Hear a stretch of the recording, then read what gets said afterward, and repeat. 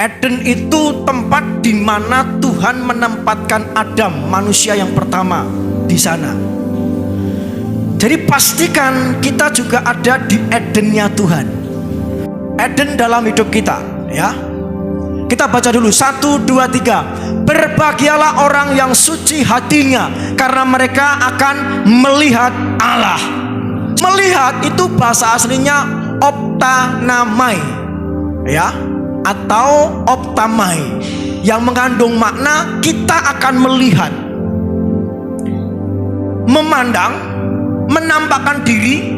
Kita akan melihat, memandang dan menampakkan diri di hadapan Allah. Terus kuperlihatkan, kita memperlihatkan diri kepada Allah, dan Allah juga memperlihatkan diri kepada kita. Amin. Tuhan itu menunjukkan dirinya, memperlihatkan dirinya kepada kita. Amin. Jadi bukan kita yang menunjukkan diri kepada Dia saja, tapi Dia yang menunjukkan dirinya kepada kita. Jadi kita sama-sama melihat. Amin. Itu yang disebut dengan melihat, optanamai. Bahkan mendapat penglihatan-penglihatan. Ketika Bapak Ibu melihat Tuhan, itu mendapat penglihatan-penglihatan. Penglihatannya tentu saja yang menguatkan, yang membangun hidup kita. Yang berikutnya, mengunjungi. Kita mengunjungi Tuhan, Tuhan juga mengunjungi kita. Tidak ada alasan bagi kita untuk tidak bisa berjumpa dengan Tuhan. Kita bisa berjumpa dengan Tuhan. Kita bisa mengalami lawatan Tuhan. Kita bisa mengalami jamahan Tuhan. Amin. Karena itulah sebabnya kita harus suci hati kita. Yang berikutnya, menyatakan dirinya. Tuhan menyatakan dirinya kepada orang yang suci hatinya. Yang berikutnya, mereka akan melihat dan nampaklah. Optanamai atau optamai. Yang berikutnya, bagaimana Eden dalam kita? Waktu Adam dan Hawa itu belum berdosa, dia melihat Allah. Dia bisa bercakap-cakap dengan Allah. Allah mengunjungi dia, dan dia, Adam ini juga mengunjungi Allah. Mereka saling kunjung mengunjung. Betul enggak? Itu Eden.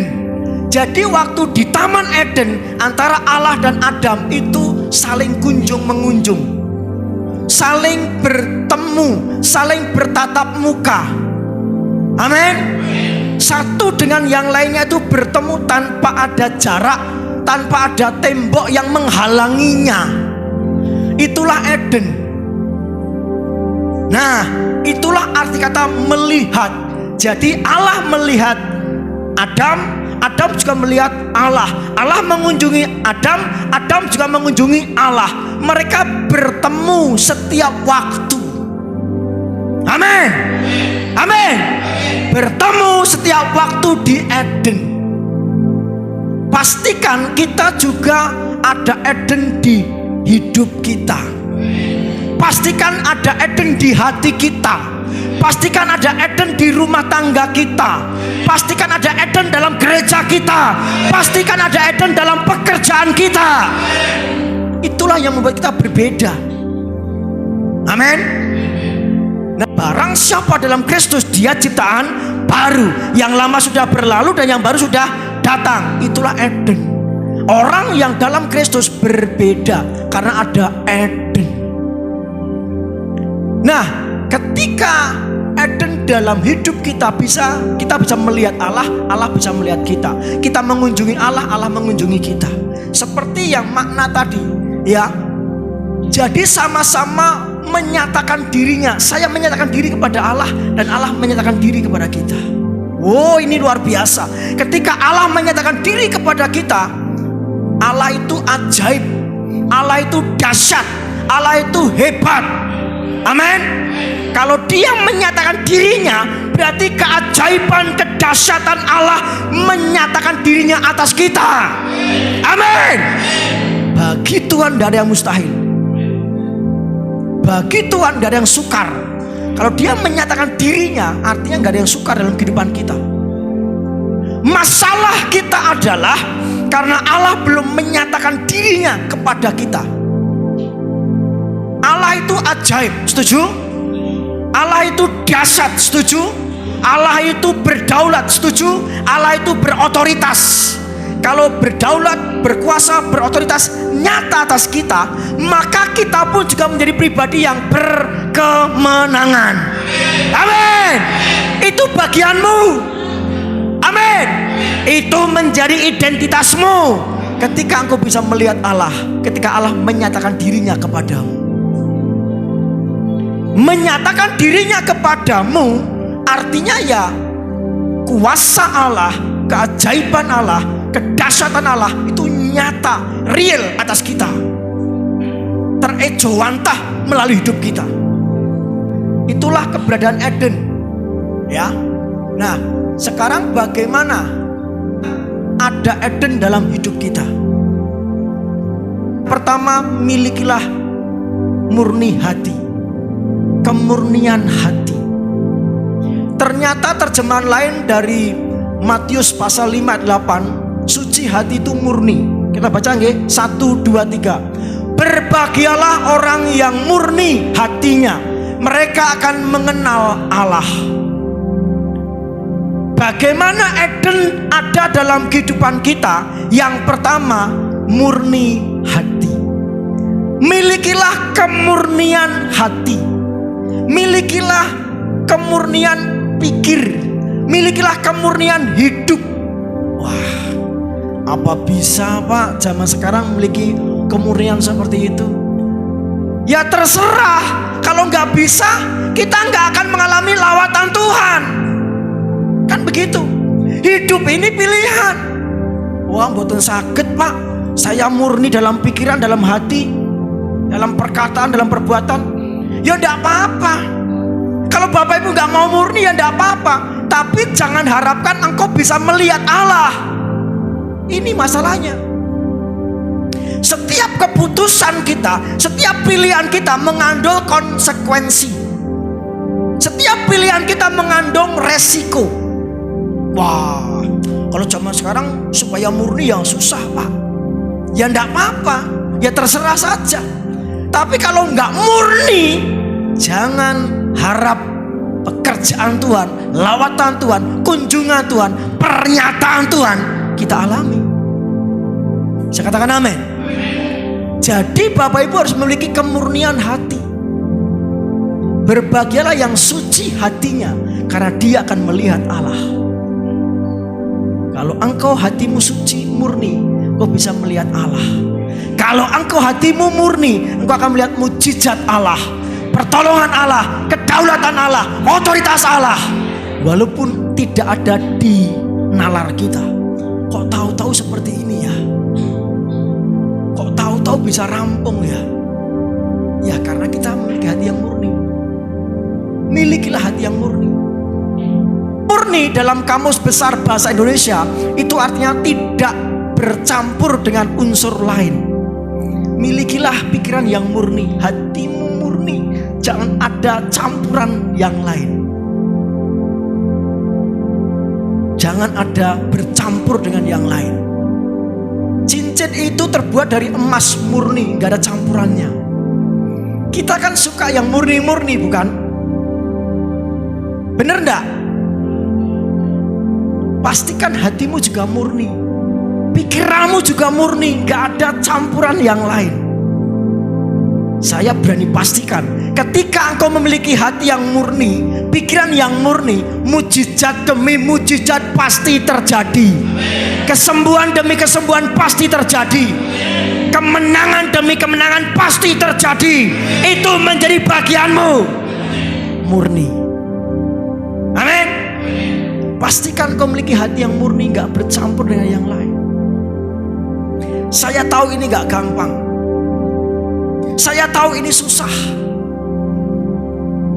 Tapi kalau Bapak Ibu bisa mendapatkannya, engkau pun juga akan mendapatkan kuasa Tuhan yang dahsyat. Memang gak gampang untuk murni di era seperti ini. Di zaman seperti ini kita murni, gak bercampur pikiran kita dengan yang lain. Itu memang gak gampang. Tetapi ketika engkau bisa, seperti Elia berkata kepada Elisa, ketika engkau bisa melihat saya naik ke surga, maka apa yang kau inginkan engkau menerimanya. Ketika hatimu bisa murni di tengah-tengah berkecamuknya dunia ini, ketika hatimu bisa murni di tengah-tengah kekacauan, pencemaran dunia ini, maka Tuhan membedakan engkau. Amin. Murni hati artinya tidak bercampur dengan lain. Definisi yang kedua, belum mendapat pengaruh luar. Belum mendapat pengaruh luar. Polos, lugu, sikap anak yang belum dipengaruhi oleh kehidupan kota besar. Polos, lugu. Kenapa Yesus menaruh anak? Yang terbesar di kerajaan surga itu seperti anak. Anak itu polos, anak itu lugu, gampang percaya. Anak itu memiliki kepercayaan yang sederhana. Dengan 5 roti dan 2 ikan, anak ini menyerahkan kepada Yesus. Dia enggak tanya, dia enggak penasaran, dia enggak berpikir panjang. Kira-kira Tuhan bisa enggak kasih 5.000 orang dengan 5 roti 2 ikan? Dia enggak tanya begitu. Dia polos. Nah, mana rotimu? Mana ikanmu? Ini Tuhan. Polos, dengan polosnya. Dengan polosnya dia berikan. Dia enggak mikir, apa iso iki ngai 5 roti 2 ikan 5.000 orang bisa kenyang. Dia enggak pikir begitu. Polos, lugu, belum bercampur dengan pengaruh kehidupan kota. Itu murni. Hatimu murni enggak? Terpengaruh dengan yang lain enggak? Sidik-sidik terpengaruh, sidik-sidik terpengaruh, sidik-sidik terpengaruh, terpengaruh kok sidik-sidik. Nah, Bapak Ibu, ayo miliki hati yang murni, yang polos, yang lugu. Tuhan berkata, tidak ada yang mustahil bagiku. Nah, yes, aku percaya Tuhan. Memiliki kesederhanaan dalam keyakinan. Yes, aku percaya. Nggak usah kita mikir, wah kira-kira piye carane, piye carane. Nggak usah. Itu kita tidak memiliki kepercayaan yang sederhana namanya. Polos. Yang kedua, murni itu tulus, suci, sejati tentang cinta. Cinta ayah dan ibu kepada anaknya itu tulus, murni. Keempat, arti murni itu dalam Kamus Besar Bahasa Indonesia belum terpengaruh oleh dunia luar, asli. Mari Bapak Ibu memiliki keaslian dalam hati, memiliki keaslian dalam berpikir. Kalau engkau asli, kalau engkau murni, kalau engkau belum terpengaruh dengan yang lain, maka engkau bisa melihat kuasa Allah, mujizat Allah, kesembuhan dari Allah, kemenangan dari Allah, menyatakan dirinya dalam hidupmu. Saya jadi mengerti kenapa orang Kristen bertahun-tahun tidak mengalami mujizat, tidak mengalami kemenangan, tidak dikunjungi Allah. Allah tidak menyatakan dirinya kepada orang Kristen itu. Jawabannya di sini, hatinya tidak murni. Ada campuran. Ini memang gak gampang, tetapi ayo kita belajar. Memang ini susah, tapi mari kita belajar. Bukankah pintu surga juga sempit? Betul enggak? Surga itu sekarang apa nanti? Sekarang. Jadi untuk mengalami surga sekarang itu melalui pintunya sempit. Ya inilah salah satunya, harus menjaga hati tetap murni. Ini pintu yang sempit, gak lebar. Artinya pintu yang sempit itu masuknya itu susah, harus perlu perjuangan. Untuk engkau memiliki hati yang murni itu perlu perjuangan. Berdesak-desakan pun harus dilakukan, karena pintunya sempit. Amin. Untuk engkau mengalami surga di muka bumi ini, engkau harus melewati pintu yang sempit. Apa itu? Hati yang murni, yang polos, yang belum terpengaruh, yang belum bercampur. Coba Bapak Ibu, ketika engkau melihat orang lain, hatimu murni enggak? di gereja, teman kita sepatunya baru, hatimu murni nggak? Ketemu di gereja, teman kita HP-nya baru, hatimu murni nggak? Dijawab nih, saya tanya nih. Belum tentu ya. Ketika temenmu HP-nya baru, terus pikiranmu, paling utangan, hatimu nggak murni. Paling nyicil. Nyicil memang merugikan. Yang nyicil yang rugi kita, enggak kan? Kenapa harus ngomong gitu loh? Dunia utang memang yang nyaur kita, enggak kan? Ayo, ketika teman kita HP-nya baru, ya sudahlah, puji Tuhan, HP-nya baru, jaga kemurnian kita. Amin. Ketika teman kita bajunya baru, bagus ya. Bapak Ibu bisa murni nggak pikiranmu? Paling bingung nggak usah mikir begitu. Ketika teman kita maju dalam roh Tuhan, dalam membangun manusia, dia kok lebih maju daripada kita ya. Padahal aku suwe orang maju-maju. Paling kok 3 minggu yo meneh. Kenapa harus berpikir begitu? Hati kita nggak murni. Hati kita bercampur, nggak asli. Mentalitas seorang pemenang adalah menghargai ketika melihat orang lain berprestasi. Ketika orang lain berprestasi, ketika orang lain berhasil, apa yang di benak hatimu? Murnikah? Nah, kalau Bapak Ibu tidak bisa memuji orang yang berprestasi, maafkan saya, engkau pecundang. Mentalitasmu gak benar. Hatimu gak murni. Hatimu gak bersih. Hatimu bercampur dengan yang lain. Nah, ini hubungan dengan Tuhan nih. Ternyata hubungan kita dengan manusia itu nyenggol-nyenggolnya ke Tuhan. Ketika hubungan kita dengan sesama tidak baik, maka itu merembetnya hubungan kita dengan Tuhan juga nggak baik. Ketika kita dengan orang lain tidak ada kemurnian, itu mengganggu hubungan kita dengan Tuhan. Karena ampunilah kami seperti kami juga mengampuni orang yang bersalah kepada kami. Betul kan?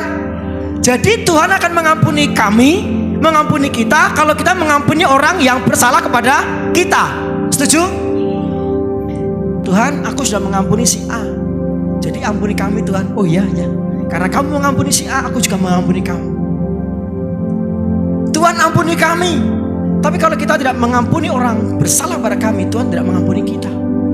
Maksud saya adalah hubungan kita dengan sesama itu sangat erat kaitannya dengan hubungan dengan Tuhan.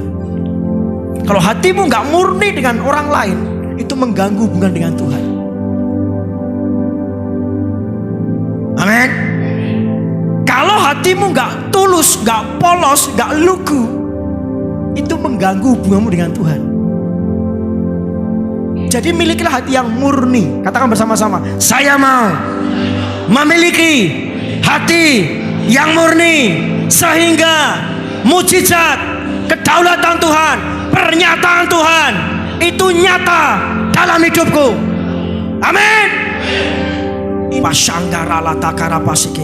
Aku berdoa hari ini engkau diberi hati yang murni, hati yang bersih, hati yang suci. Mungkin selama ini engkau bertahun-tahun engkau berjibaku dan engkau jatuh bangun dalam menjaga hatimu. Tapi hari ini oleh anugerah Tuhan, oleh kuasa Tuhan, Tuhan menganugerahkan hati yang murni, hati yang bersih, hati yang suci kepadamu, sehingga engkau bisa melihat kebesaran Tuhan, sehingga engkau bisa melihat kemuliaan Tuhan, sehingga engkau melihat pernyataan Tuhan terjadilah atasmu. Hari ini aku berdoa, engkau tidak akan sama lagi. Engkau diberi kekuatan, diberi kemampuan untuk hidup murni di hadapan Tuhan dan di hadapan sesama. Amin. Amin. Pastikan hatimu murni. pikiranmu murni, perkataanmu murni. Itu syarat untuk kita bisa melihat Allah. Itu syarat Allah mengunjungi kita. Yang kedua adalah tulus hati. Mari kita baca bersama-sama. 1, 2, 3. Berbahagialah mereka yang tulus hati, karena mereka akan melihat Allah. Hatinya tulus. Hatinya tulus. Apa arti tulus? Tulus dalam Kamus Besar Bahasa Indonesia, sungguh dan bersih hati. Benar-benar keluar dari hati yang suci. Sungguh, aku gak bohong. Aku sungguh, inilah hatiku seperti ini gitu.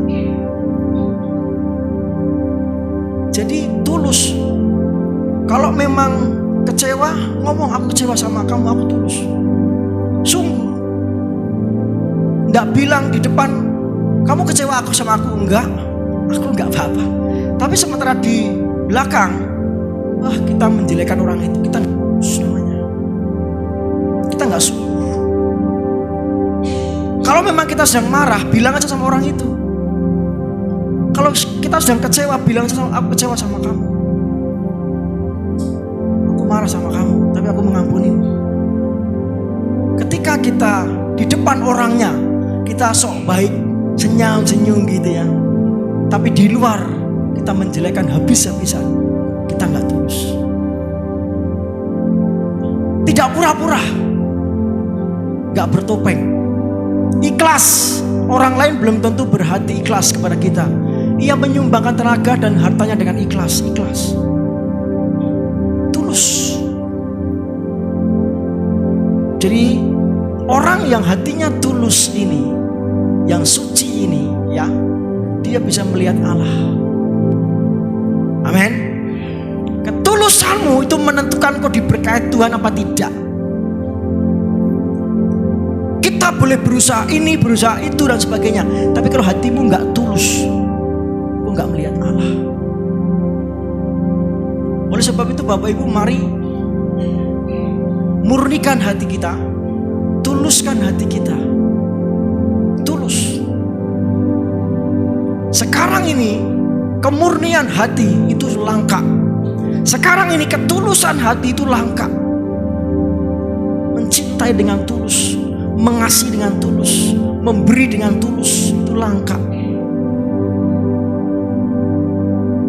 Tapi hari ini mari kita belajar untuk hidup dalam kesucian hati ini.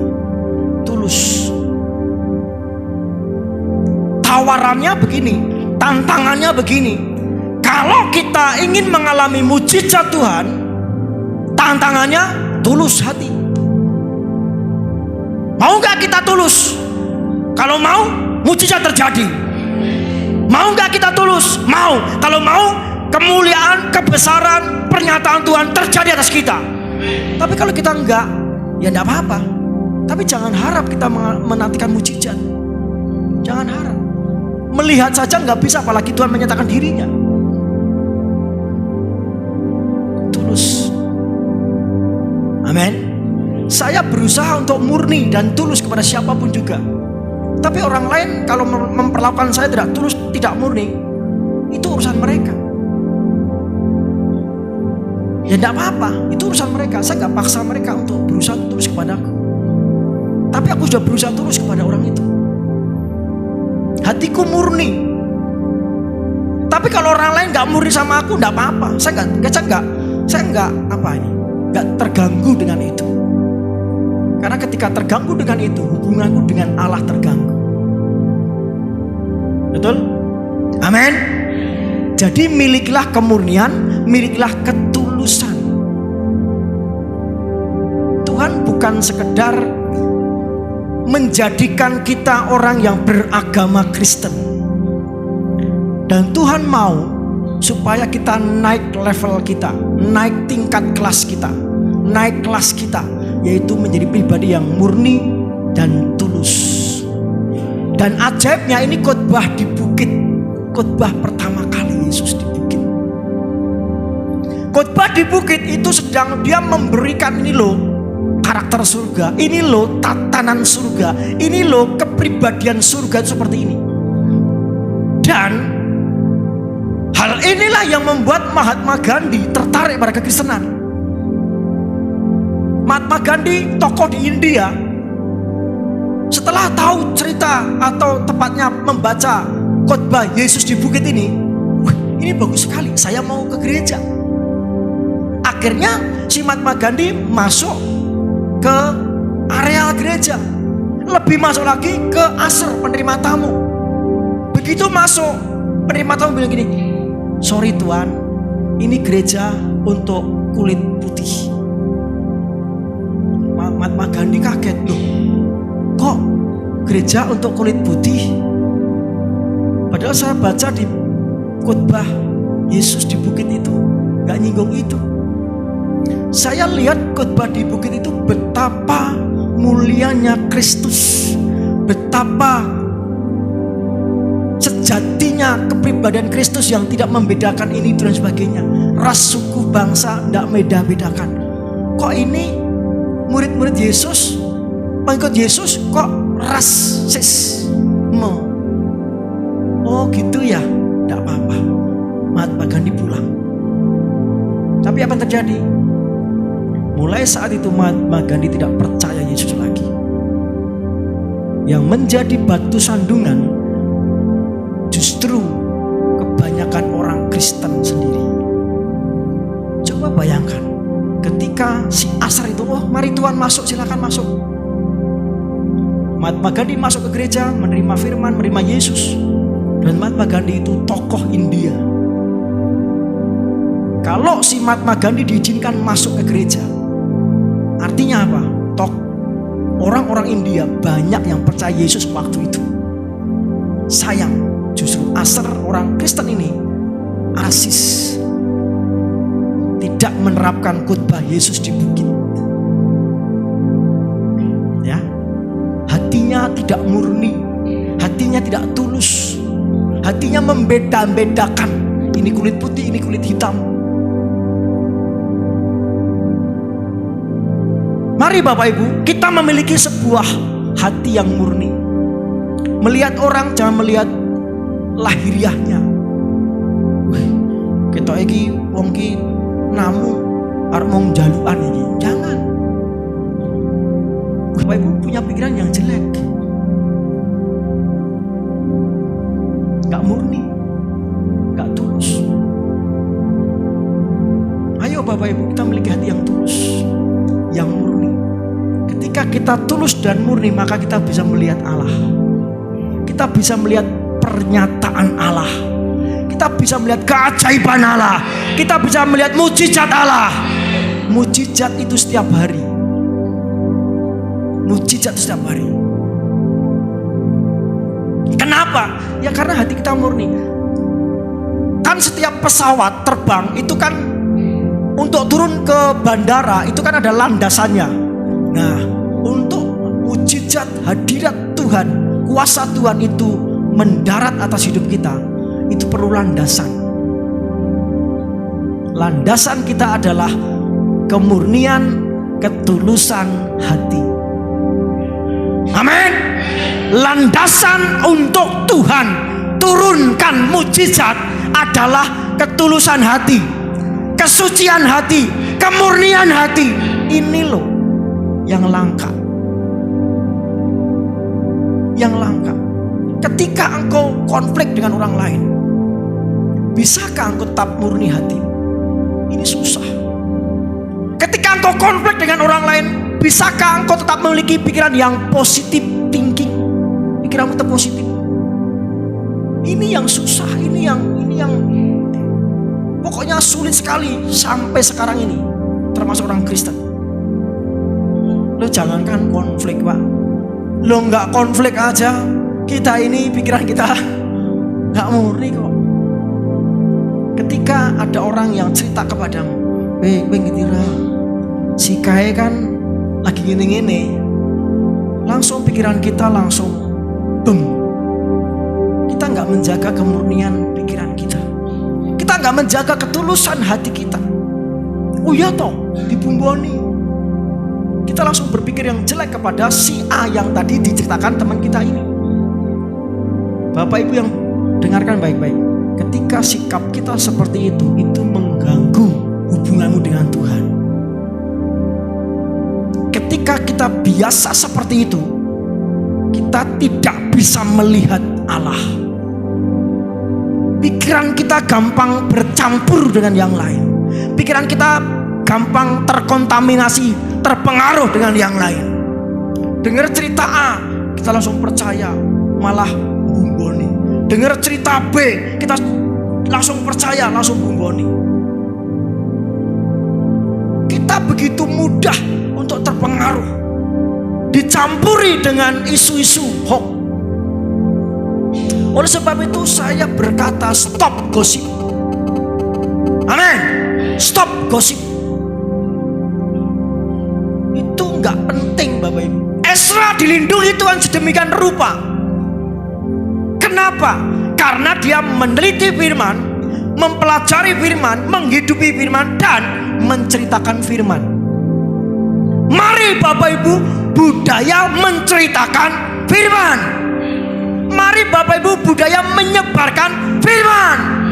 Jangan menyebarkan kejelekan orang. Stop. Oh, tapi kenyataannya mau jelek kok, Pak.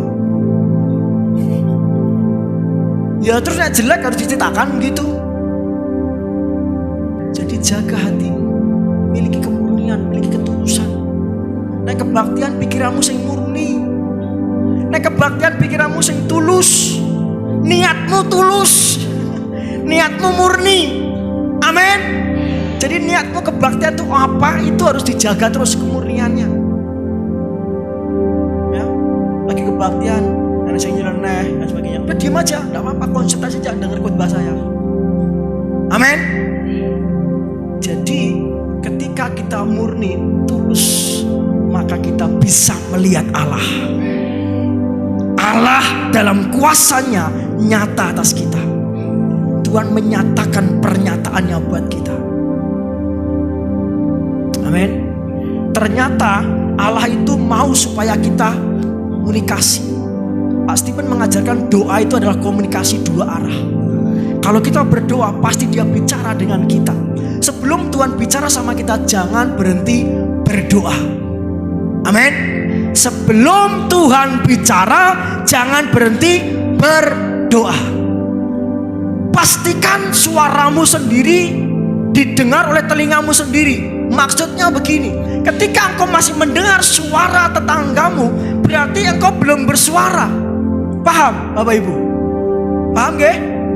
Ketika kita berdoa dan doamu, bahasa rohmu belum engkau dengar telingamu sendiri, engkau masih mendengar doa orang lain, berarti doamu kurang kenceng.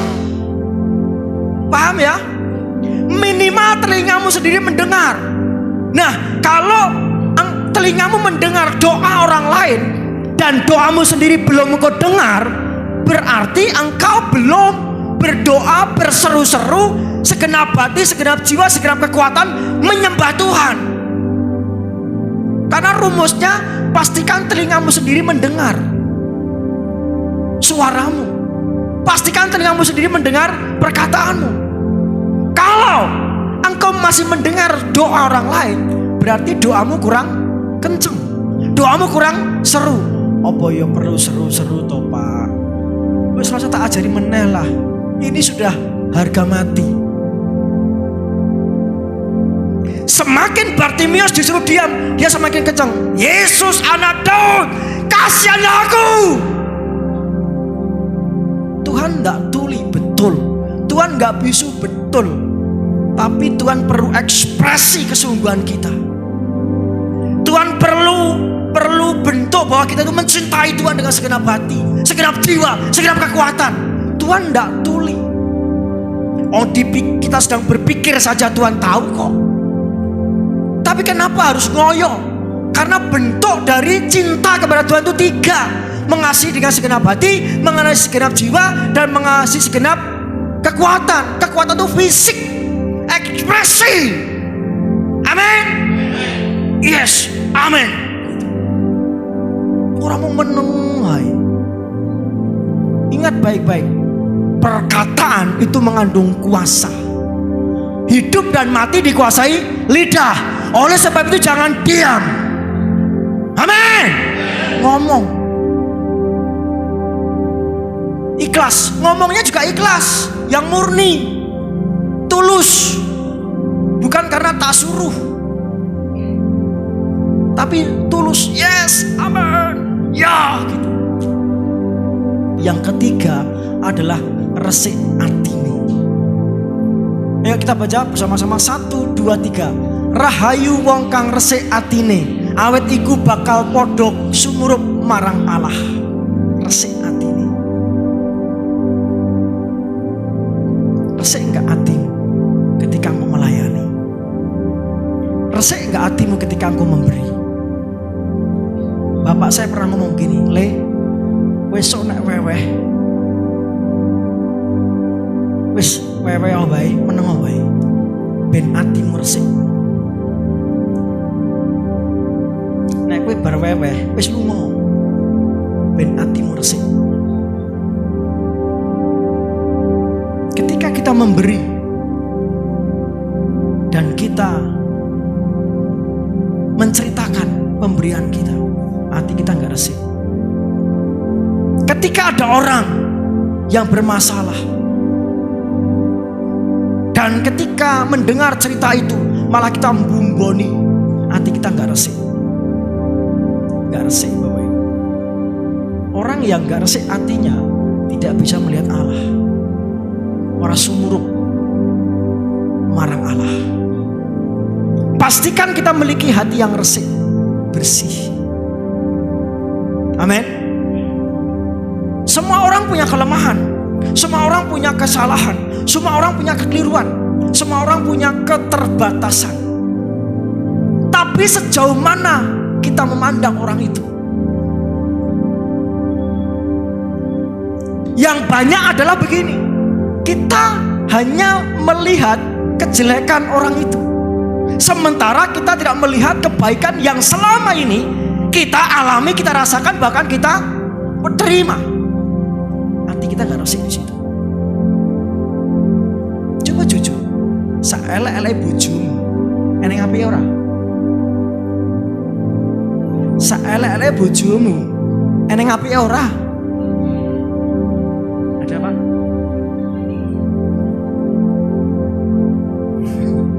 Saelek-elek bapakmu, saelek-elek ibumu, eneng api ora? Orang Batak aja tahu nak oke katanya. Saelek-elek anak kita, ada baiknya enggak? Kenapa kita menilai iki bojo kira apike blas, iki mbokku bapakku ra ono apike blas? Karena hati kita enggak resik, hati kita enggak bersih. Amin. Ada orang di sini bilang aja ngono meneh. Amin. Saelek-elek bojo kita, ada yang baik. Milikilah hati yang bersih. Kalau kita bisa berpikir bersih seperti itu, kita akan baik-baik saja. Amin. Saelek-elek anakku eneng apike, ya wis lah sabar. Amin. Saelek-elek jemaat iseno apike. PKB ya Pak, PKB. Itu yang membuat saya bertahan sampai hari ini. Itu yang membuat saya bisa survive sampai hari ini. Amin. Saelek-elek kasunyatan, mesti ono sing apik Bapak Ibu. Mari kita berpikir yang resik. Mari kita berpikir yang bersih. Amin. Pikiranmu itu loh bersihkan. Resik hati itu seperti itu. Murni, tulus, orang bercampur itu seperti itu. Kowe ngetir aku si kae ngene-ngene. Apa yo? Oh, yo memang kowe kurang ajar kayak kok. Lagi malah nambahi. Jangan begitu. Mari kita memiliki hati yang resik. Ketika kita resik, kita melihat Allah. Ketika hati kita resik, hati kita bersih, tulus, polos, tidak bercampur dengan apapun, kita melihat pernyataan Allah. Ini memang gak gampang, ini memang susah, tapi ini caranya. Ini tak kasih tahu caranya. Masuk surga itu jalannya sempit, ini caranya. Amin. Saya mau kita semua ada di Eden. Saya mau kita semua memiliki Eden di hidup kita. Amin. Eden itu adalah pleasure, kesenangan, kedamaian, sukacita. Saya mau kita ini hidup dalam damai sejahtera, sukacita, kesenangan dari Tuhan. Eden itu kita nikmati. Caranya gimana? Tulus hati. Eden itu kita nikmati. Caranya bagaimana? Murni hati. Eden itu kita nikmati. Bagaimana caranya? Resek hati. Itu saja. Amin. Ayo stop gosip. Ayo stop menjelekkan orang. Bilang sama sebelahmu, stop. Untuk kita melihat mujizat Tuhan, hati kita harus tulus, hati kita harus murni, hati kita harus bersih. Di hadirat Tuhan, di kemuliaan Tuhan, di pernyataan Tuhan, maka di sana ada kesembuhan, ada mujizat, ada kemenangan. Jadi biarkan hati kita suci, hati kita murni, hati kita resik, gak ada pikiran jelek terhadap orang lain. Bisa nggak? Bisa. Bapak Ibu bisa. Amin. Bisa itu. Kalau hatimu bersih, Tuhan akan menyatakan dirinya kepadamu. Awal tadi saya sampaikan, hubungan kita dengan sesama itu menyangkut hubungan kita dengan Tuhan. Ketika hubunganmu dengan sesama tidak baik, otomatis hubungan dengan Tuhan tidak baik. Hati-hati. Kenapa doa-doamu tidak dikabulkan Tuhan? Atau engkau berdoa, tapi hadirat Tuhan nggak turun? Karena kita berhubungan dengan orang lain dan tidak bersih, tidak tulus, tidak resik. Barang siapa membawa persembahan korban dan ingat akan saudaramu, taruh dulu persembahan itu, bereskan dulu dengan orang ini, baru mempersembahkan korban lagi. Kalau enggak, tidak diterima oleh Tuhan. Ini maknanya adalah apa? Ketika engkau berdoa sama Tuhan dan engkau ingat kepada saudaramu, sesamamu, dan hatimu ada kebencian, luka hati dan sebagainya, tidak resik, tidak tulus, tidak murni, tinggalkan persembahan ini, tinggalkan doa dulu, bereskan dengan si A ini. Sorry ya, aku begini sama kamu, maaf ya. Dengan demikian doa kita diterima oleh Tuhan. Hubungan kita dengan sesama itu menentukan hubungan kita dengan Tuhan. Amin. Katakan bersama-sama, hubunganku dengan sesama itu berpengaruh hubungan dengan Tuhan. Ketika saya baik dengan orang lain, maka saya baik dengan Tuhan. Tidak bisa enggak. Jadi mari Bapak Ibu, milikilah hati yang tulus, hati yang resik, hati yang murni dengan sesama.